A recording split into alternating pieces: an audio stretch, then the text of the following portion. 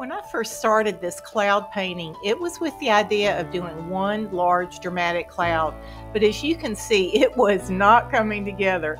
Let me share the 3 simple things I did to turn this disaster into something beautiful.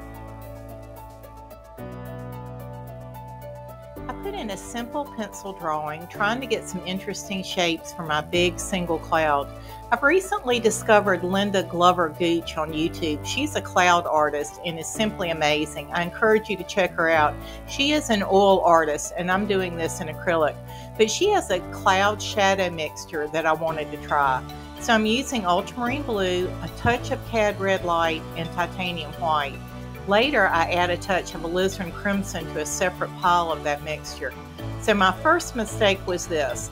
I typically use LIQUITEX heavy body acrylic paints, which I did with this painting except for the titanium white. I had some soft body white left on my palette from the other day and decided to use it and not be wasteful. It was a big mistake. That soft body was not stiff enough to get those dramatic highlights on the edges. When I changed over to a heavy body white, that problem was solved. I'm using a flat chiseled brush for most of this cloud.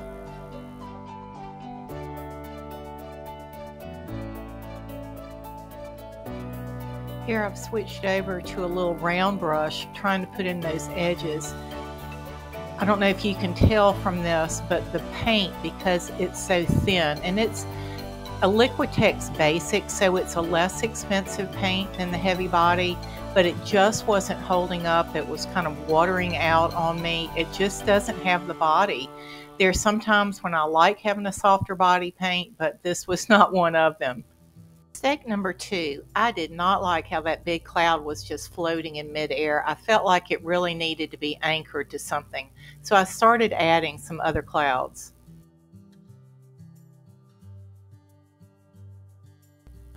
I like adding things in front of other things and behind other things, so you really get a good sense of depth. So I was intentionally putting some clouds in front of that big one, behind it.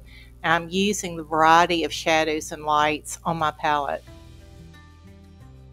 The third mistake I made was the brushes that I was using. I started out with my Princeton Summit 6100 series brights.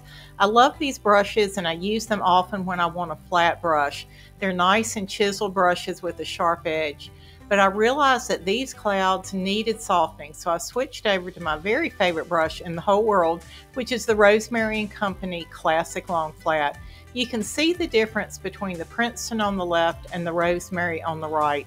The Rosemary has a more uneven end. These are great workhorses to scrub into a canvas, and the more they wear down, the softer the edges.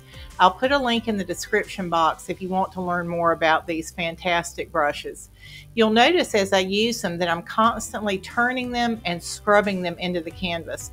There are places where I scrub out, leaving very thin paint that looks like wispy clouds, and places where I intentionally dab thicker paint, leaving a more dense looking cloud.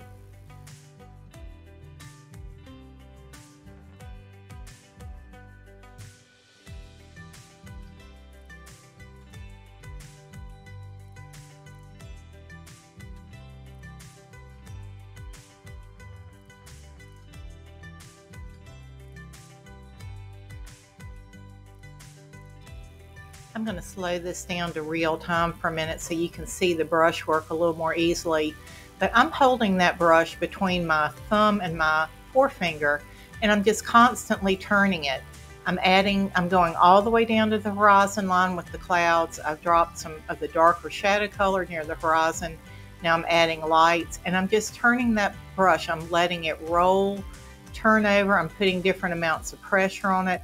And one thing I love about these brushes, because they already come sort of irregular, I really scrub hard into the canvas and let the canvas, the texture of the canvas, pull that paint off. And it just gives these beautiful marks and this just believable density. I love how you can just, by barely changing the pressure, it really changes the appearance of the thickness or the wispiness of the clouds.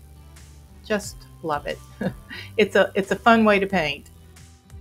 I often find myself in my paintings having to go back in and put some more darks in because they get covered up. If you keep your clouds too much of one value, so it's the same color, the same light to dark all the way through your cloud, the cloud's going to look really flat. So it's that shadow color that gives it form, and that shadow can be very subtle. You see on the left cloud it's much darker, on the right cloud it's more subtle, but if they were just pure white clouds they wouldn't have nearly the depth and the interest. Another thing that will help give your clouds form is to sort of put a cloud within a cloud. You notice I'm putting some white rolling clouds in the middle of that cloud, so it makes that cloud more three-dimensional, more shape. I'm putting in some super wispy clouds in the back. It's not hardly any paint at all left on my brush, and I'm just, again, scrubbing that, workhorsing that brush. And I'm leaving very little of the blue, if you'll notice, particularly down at the bottom. But I used cobalt blue, by the way, for the sky. And I love how it's just peeking through in places. You know that sky is there, but the main interest is with the clouds. And I just continued to add highlights and darks until I was satisfied.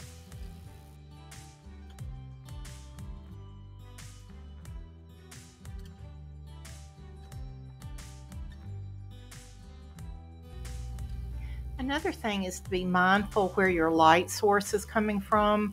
So in this particular painting, the light source is on the left. So I'm being mindful to highlight more the left side of the cloud.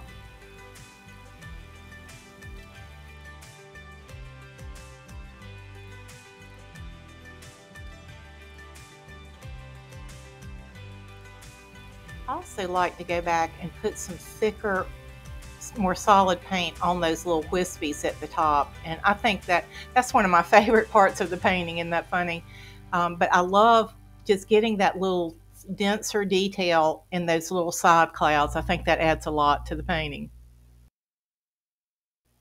I wanted to show you this one more trip around the edges of this cloud. That is pure titanium white. I'm not mixing it with anything, and I'm just giving some stronger highlights, just pushing those highlighted areas just a little bit more, one more time.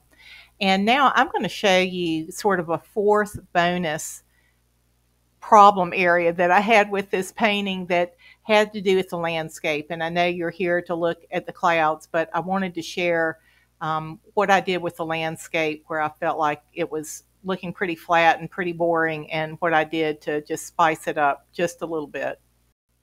So as I mentioned, this fourth mistake is kind of a freebie for you, but when I'm doing a big sky, I want the focus to be on the sky with a minimal landscape, but sometimes I do too little on the landscape where it's just boring. And that's what happened with this one. I was just using different shades of green and red. I was using the same colors. I incorporated a touch of that cad red in there again.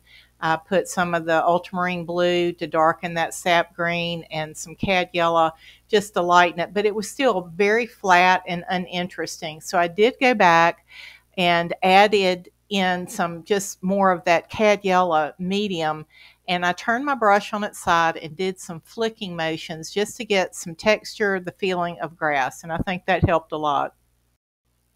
Hey, if this video has been helpful, I hope you'll give it a thumbs up and subscribe so you won't miss the next free video that's coming out soon. Thank you, and God bless.